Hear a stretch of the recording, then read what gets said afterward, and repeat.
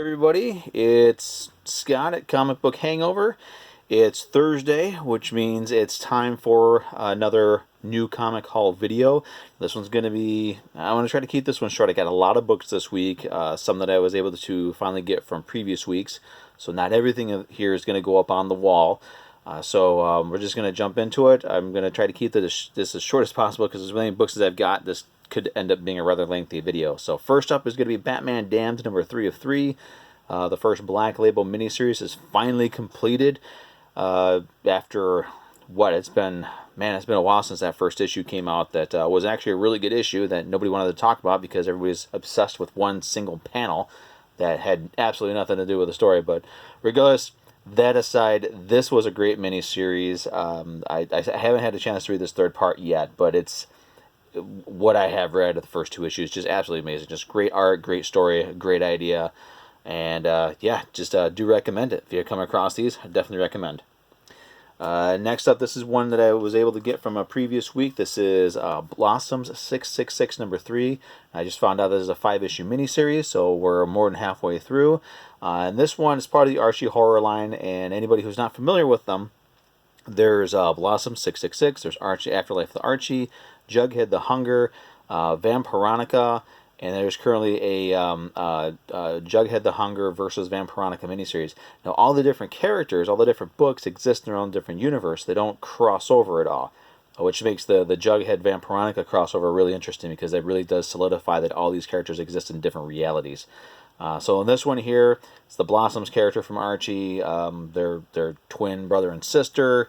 And in this one, their parents are part of some satanic cult type thing, and the whole miniseries is about this, excuse me, about this prophecy that one of the two Blossom kids is going to be, is prophesized to be the next Antichrist and bring about, I don't guess, ultimate doom and destruction. So the miniseries is them having this competition to see who is actually more deserving of being the Antichrist. It's very sick, it's very twisted, and highly entertaining. But I missed this issue. My local comic shop, Nostalgia Inc., was able to get me this. So with that, I was able to pick this up finally. Issue 4, continuing. This is the other thing that I like about these books is they've got some great covers.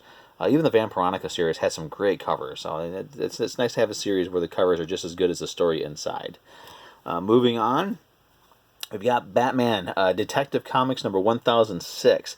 Now, this is not a regular series for me. This is not a book that I can't remember the last time I've even ever picked up a detective comic. But this one, I saw the cover, and the cover was absolutely amazing. The only thing I wish they didn't do is this little blurb here. I mean, this would have been great without that. But just the image of the Spectre with the Batman spotlight shining the Batman logo right on him. There's Batman down there. Great cover. Then I found out it was it's by Kyle. I'm not sure if I'm gonna say his name right, but it's Kyle Holtz, and that was it. I bought this book just because of the cover, just because this cover is amazing. And then I wound up checking out the inside and saw that Kyle was actually doing the art inside, so I read it, and it has something to do with Corrigan and the Spectre. Some cult of people that are dressed like Spectre, and Corrigan comes up missing. Batman is, we'll say, recruited by the Spectre to solve the mystery as to who this cult is and what happened to Corrigan. But great, it was a great story. I was really surprised with this, so I may actually, especially if Kyle Holtz does more of the covers, I may grab the next couple of issues and see where the story goes. Danger Doll Squad.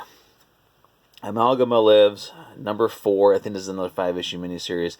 Be honest with you, these Danger Doll Squad books, to me, they're kind of losing steam. They've got another one already coming out with the character Amalgama. No, actually, this is the last issue for this. The next one is Danger Doll Squad Amalgama Space Zombie or something. I'm most likely I'm not going to get that. This is really, out of these three characters, the Dollface, there's Dollface, Zombie Tramp, and Vampblade. This Zombie Tramp is no longer around anymore, but Dollface is one of my favorite characters, but they're not doing anything with her outside of this, so she doesn't get that much screen time. So, sorry guys, but after this, with the ending of this series, I'm bowing out of the Danger Doll Squad universe of books because it's just not really worth it. New issue of Invader Zim. They finally announced that the Invader Zim movie is going to be on Netflix. So fans of the series, fans that are looking forward to the movie, should definitely be checking this series out. This is up to issue 44, so you have plenty of back issues to go through. The book is a lot of fun, especially if you're an Invader Zim fan, as I've said before. Marvel Comics Presents number 6. This was the issue that I was waiting for. Anybody who knows me knows I am a huge Ghost Rider fan. And the 90s Ghost Rider, the Danny Ketch one, is what got me in the comics in the first place. So to see essentially my Ghost Rider on the cover of a modern comic book, a Marvel comic, made me giddy. I just absolutely loved it. And just have a 90s Wolverine and 90s Deadpool on the cover with him. It was great. Now, the story inside does not take place in the 90s, so his look is not the traditional look. For some reason, he wears a trench coat now. I don't know. I haven't been able to actually stomach any current Ghost Rider books, so I don't really know what's going on. But all in all, I think the Ghost Rider story here is starting to set something up with Johnny Blaze, who is now King of Hell. Blaze also was in the recent issue of Guardians of the Galaxy, where Cosmic Ghost Rider got his butt handed to him and ended up in Hell, and was face to face with Johnny Blaze. There was also another character, Ghost Rider character called Wallow. She first appeared towards the end of the Danny Ketch run. It's kind of cool to see that character again.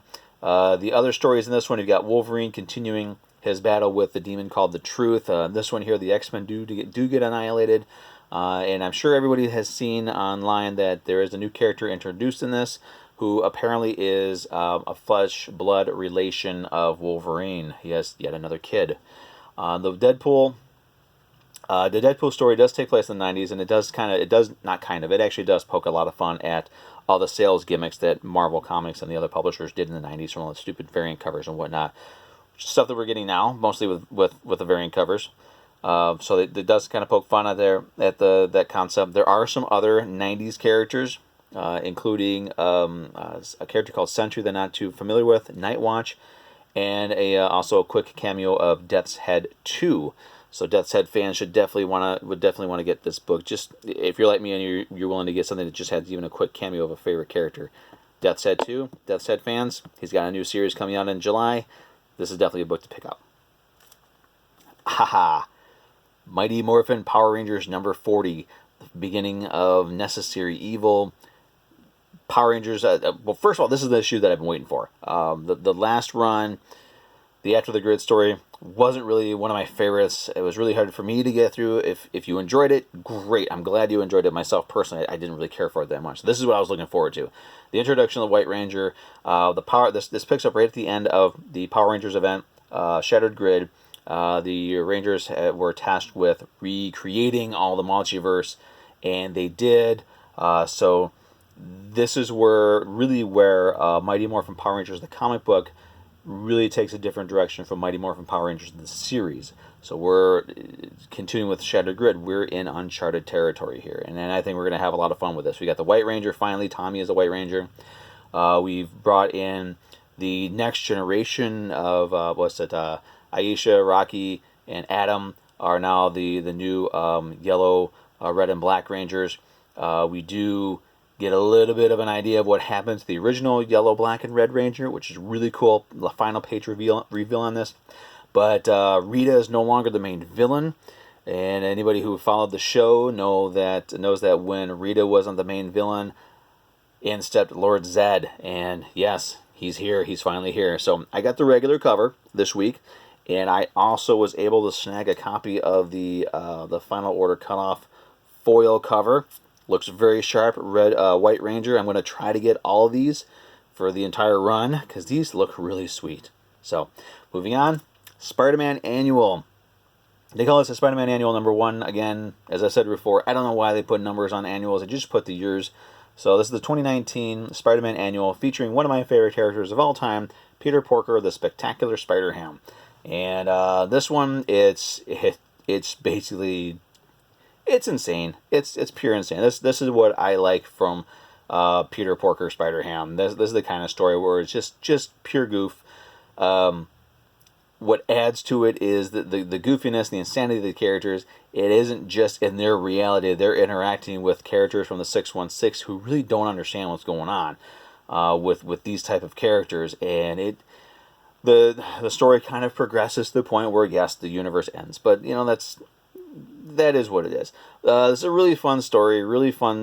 There's also a backup story here that's kind of entertaining as well. But Peter Porker, Spectacular Spider-Ham, taking over the 2019 Spider-Man annual. If you're a fan of Spider-Ham and you enjoyed him in the Spider-Man Into the Spider-Verse movie, definitely recommend this story. It gives you an idea of really what the character is capable of. Stranger Things, number 204. This is actually Stranger Things 6, number 204. This is the second Stranger Things miniseries. It talks about the people who were a part of this government program before 11. Actually, they kind of name-dropped 11 in this one. So, yeah, Stranger Things fans, this is definitely something for you to check out.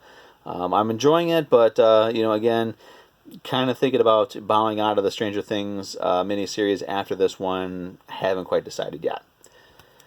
And Transformers Ghostbusters number 1, Ghosts of Cybertron Part 1. This, I enjoyed the Transformers versus Star Trek miniseries more than I probably should have. It was a lot of fun, and this does continue that tradition.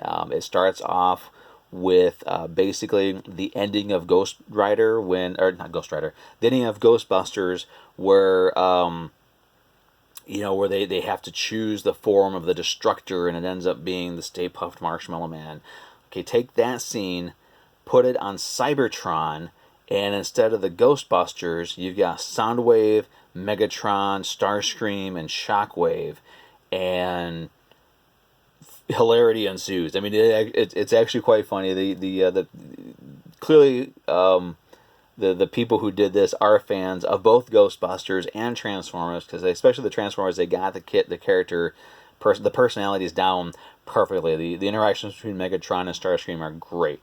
So, a lot of fun. It's a miniseries, a lot of variant covers. This is the one I grabbed because out of the ones that were available, this is the one I liked the most. So, definitely stick with this one. This week's True Believers.